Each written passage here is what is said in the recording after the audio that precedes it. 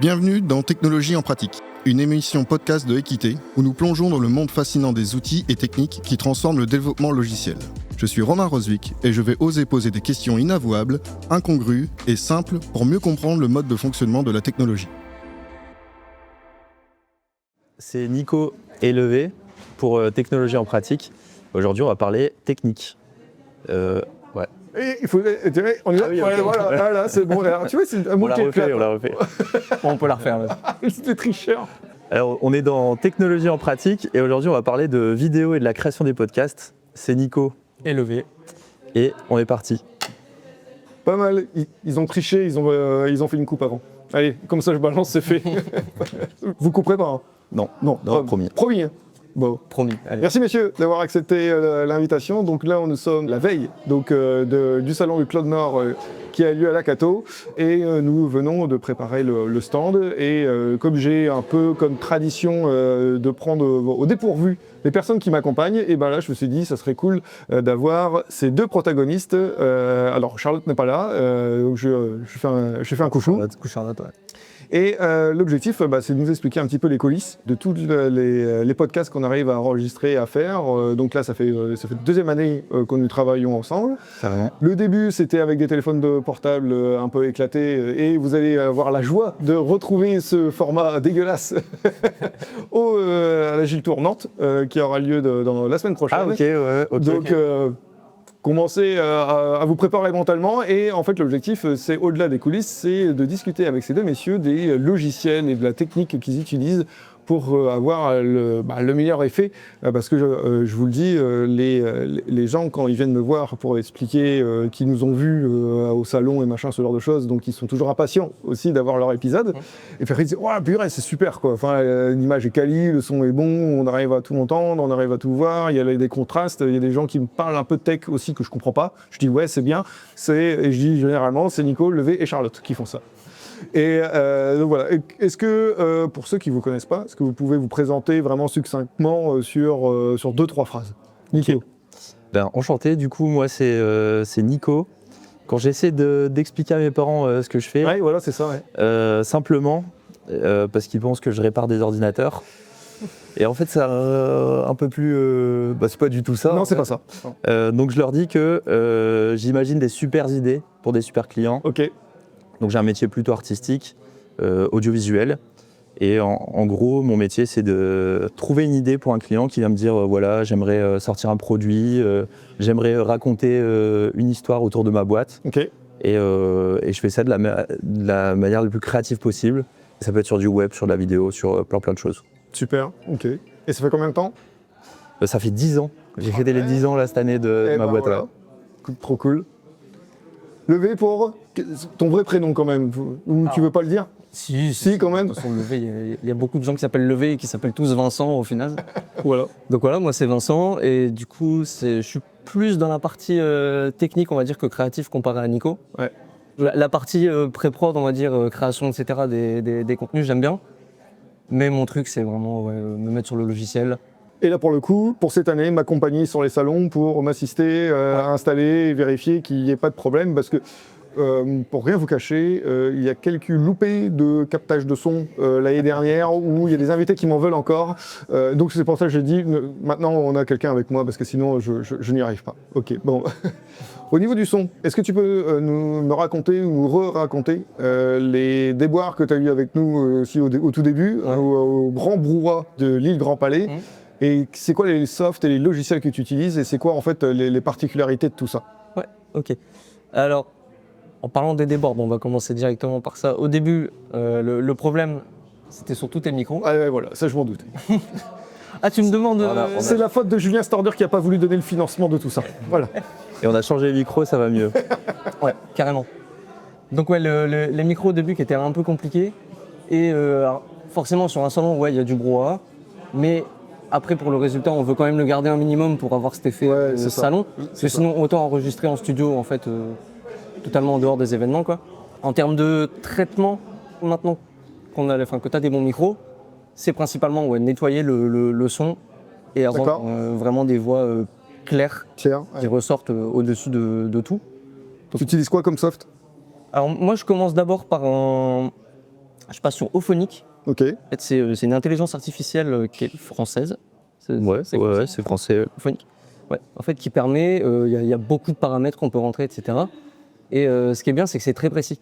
En fait, comparé, il y a Adobe Podcast, par exemple, qui est un outil qui fait sensiblement la même chose, mais avec très peu de paramètres. En fait, Adobe Podcast, on a bruit de fond et juste puissance, on va dire, du logiciel. Ok, d'accord. Alors que sur Auphonic, on peut gérer à combien de dB on veut, par exemple, que le bruit de fond il soit réduit.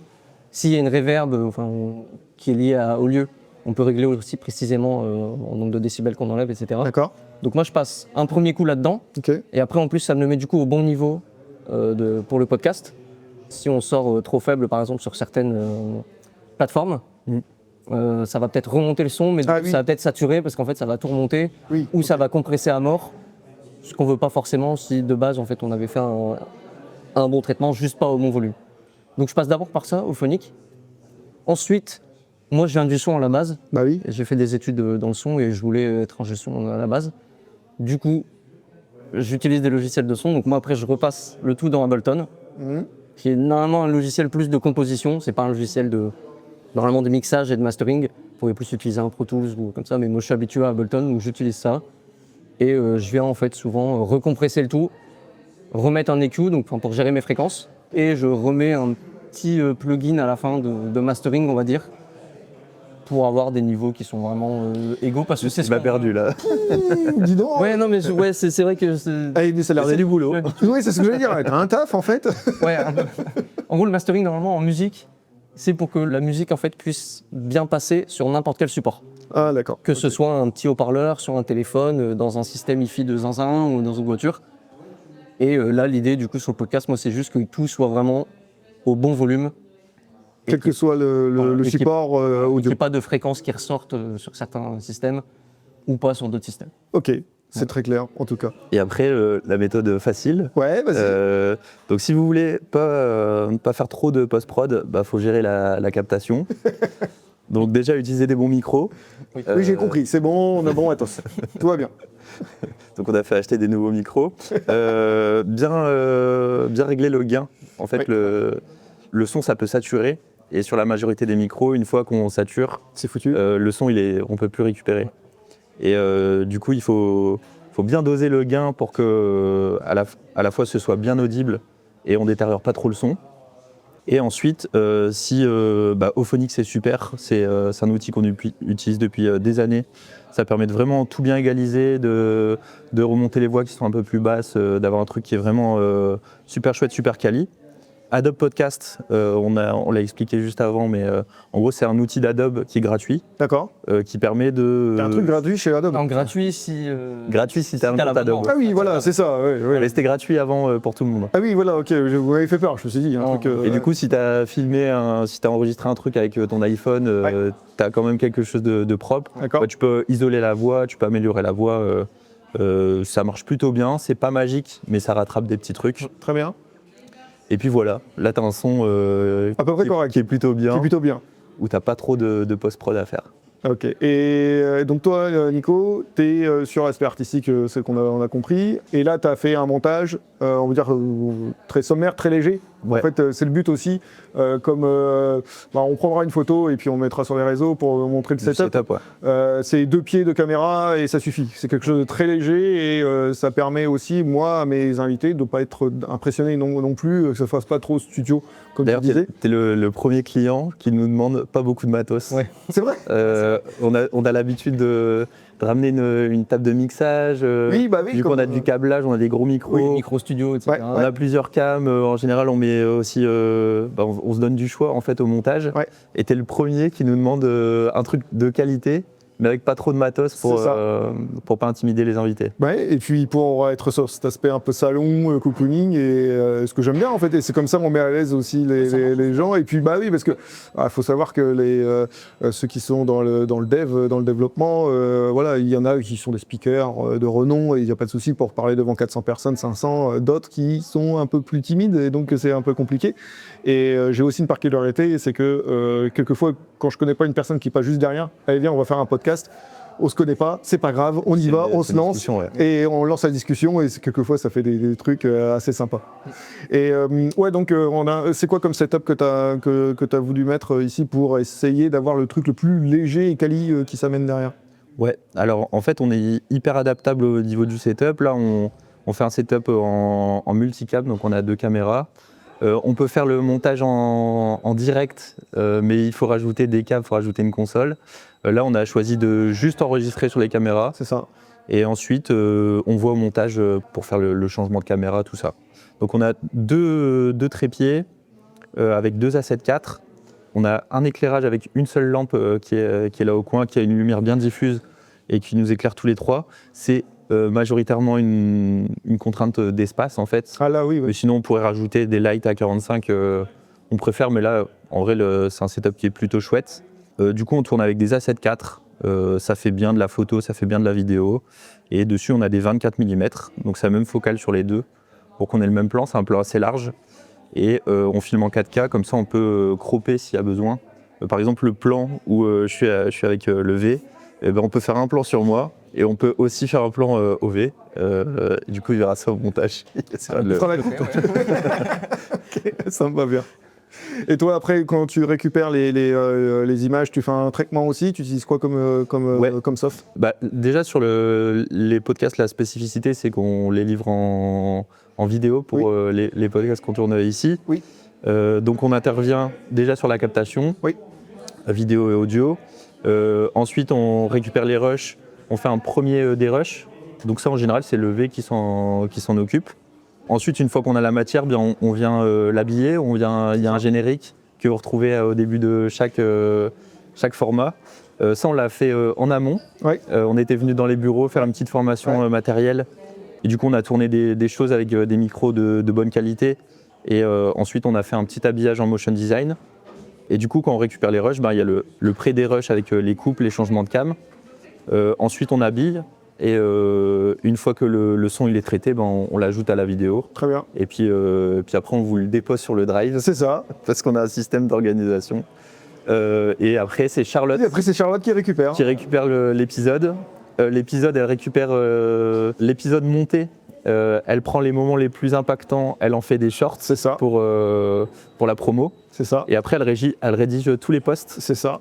Pour que vous ayez du contenu tout le temps, en fait, toute l'année, sans que ça nous demande d'être forcément présent ou de forcément s'en occuper toute l'année. Et là, vous voyez qu'on est en pleine installation et du coup, oui, c'est vrai, du coup le plateau est en train d'être terminé.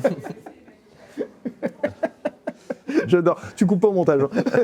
Ah non, ça y sera. Ça, c'est authentique. Du coup, pour résumer, captation, on prépare un max de choses en amont, le générique, les habillages. Ensuite, il y a le V qui va faire le dérush, le montage. Et après, il y a Charlotte qui crée tous les contenus pour la promo. Qui diffuse sur qui diffuse LinkedIn, Insta et Facebook et Blue Sky. Sur ces quatre réseaux-là. Et YouTube aussi, si on parle de réseaux qui s'amènent derrière. Ok, ça fait quand même pas mal de taf, l'air de rien, pour... Et en fait, nous, on a une spécificité, c'est qu'on enregistre toute la journée et après on diffuse au fil de l'eau. Là, à l'heure actuelle, on est une fréquence toutes les 2 semaines, les mercredis, à partir de 17h. Là, avec le Clone Noir, ça rapportera encore plus de contenu, et donc on pourra aller jusqu'à la fin de l'année. Et comme je vous l'ai dit, la semaine prochaine, on va à la Gilles Tour. On va pouvoir faire... moi, j'irai toute une matinée aussi derrière. Et je ferai les micro-trottoirs comme j'avais fait au Devox. Okay. Donc je vais pouvoir m'amuser à faire ça encore, et puis ça va être cool. Enfin moi je m'amuse en tout cas. Chaque fois que je fais ça. On le voit. Ah ouais j'adore ça. Franchement je passerai des journées. Alors peut-être pas tout le temps parce que à la fin de chaque journée je suis quand même, on est rincé. Rincé quoi. Bon ici là je sais pas, j'ai 7 programmations donc je pense qu'il y en aura encore 1 ou 2 qui arriveront. Mais voilà au Devlil j'en fais 16. Donc là, 18. J'en ai fait 18. Et donc là, ça commence à devenir un peu plus compliqué, quoi. Ouais. Et c'est un vrai marathon. Et c'est pour ça que Le fait que vous soyez là, ça me soulage. Comme ça, je n'ai pas à gérer la technique ou quoi que ce soit. Il y a toujours quelque chose qui est quali. Et puis on passe un bon moment ensemble aussi, quoi. Carrément. Et on est super content et je pense qu'on te l'avait déjà dit, mais t'es investi en vrai. Ouais. Et donc t'as à cœur que le format soit mieux, que techniquement ça le fasse. Et donc ça c'est chouette aussi parce que on aime bien que nos clients apprennent des choses en fait. Ah oui, voilà, j'ai beaucoup appris. Ouais. Et du coup, t'es hyper attentif sur plein de choses. Ouais, et la progression en 2 ans, elle est folle. Quoi. Bah, Ouais. Et ça va continuer à progresser, je vous assure. Et puis, je pense qu'il y aura encore une autre chaîne qui arrivera dans quelques temps. Bon, allez, ça reste entre nous. Je dis rien. Ok. Merci, messieurs, de nous avoir expliqué tout ça. Et puis, on vous souhaite un très bon salon. Ciao, ciao. Salut. Ciao. Merci d'avoir écouté Technologie en pratique. Restez avec nous pour les prochains épisodes où nous continuerons de découvrir des outils et des techniques. En attendant, continuez d'explorer, d'apprendre et d'innover.